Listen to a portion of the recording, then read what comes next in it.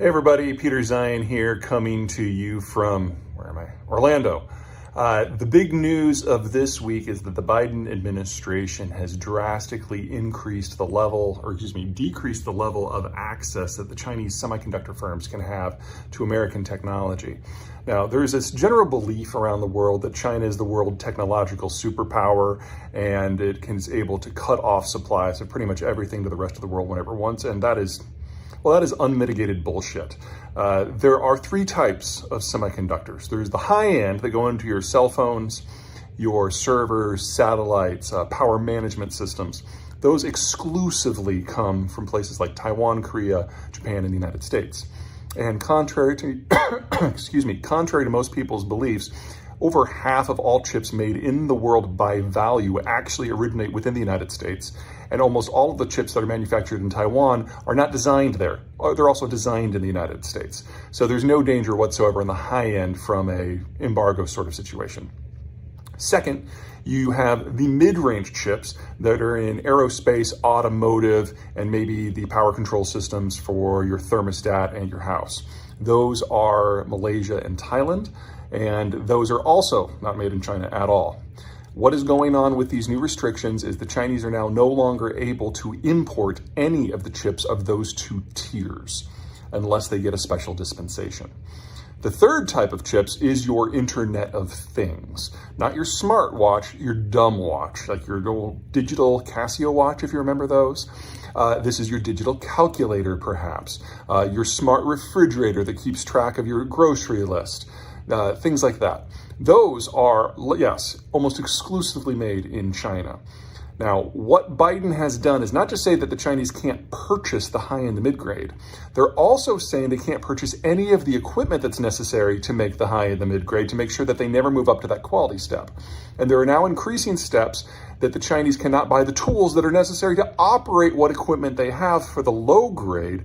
And we are very close to the Biden administration saying that the Chinese can't even import the equipment that they need to make the low grade, and they are incapable of making that themselves. It's not like this is a hammer. There's an ecosystem of stuff that is required to build, install, operate, and maintain any of the equipment, even on the low end. And the Chinese cannot do any of it without 100% imported expertise and equipment. That is now what the Biden administration is going after. So where does this take us? Well, assuming we have no interruptions to the supply chains for the materials, that's a different topic. We are looking at China perhaps being melon scooped out of all global semiconductors over the course of the next 2 to 3 years. And that's just the start of the Chinese problem, because the Chinese used to import the medium and the high quality products in order to build products and in order to do research. So I'm sure you've all heard about how the Chinese excel at things like hypersonics or artificial intelligence and automation. They do the brain work by using the high-end chips, then putting in their own software. If you can't get the high-end chips, then those entire industries shrivel on the vine and go away. So more than anything that has happened in the world at this point, this new step of restrictions threaten to throw the Chinese into a technological winter, and any concerns you have about China in its rise can be killed just by that. And that's before you consider energy or food, or political dysfunction, or the Ukraine war, or demographics, all of which are capable of killing China without any help from the others. So, we are now at the end of China's technological rise, and the question now is, how fast is the fall? Okay, that's it from me. Until next time. Hey everyone, Peter Zeihan here, coming to you from Lake Louise in Alberta. I thought today would be a great time to talk about tourism. Now, you may have heard that in Europe there's a debate raging about whether or not they should ban all Russian passport holders from coming for tourist purposes or just make it more difficult. The argument really is over the degree of the restrictions, and the easy visa policies that they negotiated several years ago have already been suspended. But there are a number of countries, most notably Sweden, Finland, Poland, and the Baltics, that want to make it a more extreme ban that just prevents Russians from coming regularly at all. The template for this would be South Africa under apartheid. At that point, you had a country where 10 to 15% of the population basically impose its will on everyone else. Ugly system. And as a result, the Europeans and some other countries prevented South African passports from being used easily in the rest of the world. And the point here wasn't necessarily to punish or force an immediate change. There was no way that an economic system as entrenched and beneficial to the minority, such as we had under apartheid, could be easily shifted just because of tourism. And that's not the goal here with Russia.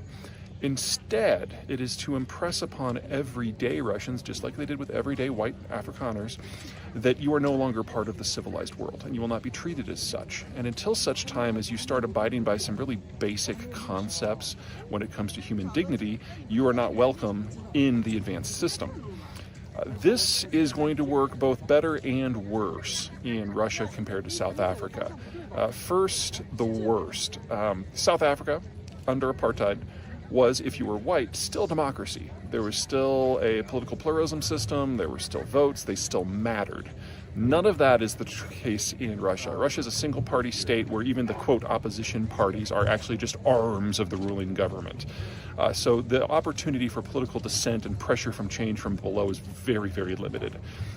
But it might also work better, because the Russians who do travel, the ones that are going to be affected by this, are not your rank and file. South Africa had a much more robust middle class among the whites than Russia has. So the people who are now going to be losing access are the people who actually have access to money.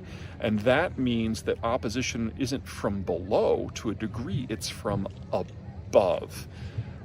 Now, this doesn't spell political change, this potentially spells revolution. But one way or another, that is the future of the Russian Federation. The question is whether it's in the short term or not. Personally, I don't think so, but this is the sort of policy that will nudge things in that direction. Okay, that's it for me. Until next time.